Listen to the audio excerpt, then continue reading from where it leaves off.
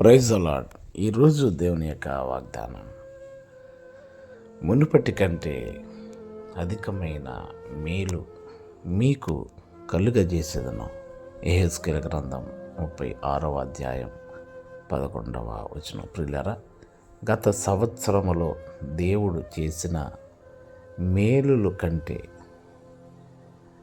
ఈ సంవత్సర కాలంలో అధికమైన మేలు మీకు కలుగజేయబోతూ ఉన్నారు. మీ స్థితి కొద్దిగా ఉన్నను తొదను అది అభివృద్ధి చెందుతుంది అని అన్నారు. కనుక మునుపటి కంటే అధికమైన మేలు, ఆరోగ్యం, సమృద్ధి, క్షేమం, ఆధ్యాత్మికమైనటువంటి స్థితిని దేవుడు మీకు కలగజేస్తారు. కనుక ఆయనతో సహవాసం చేయండి.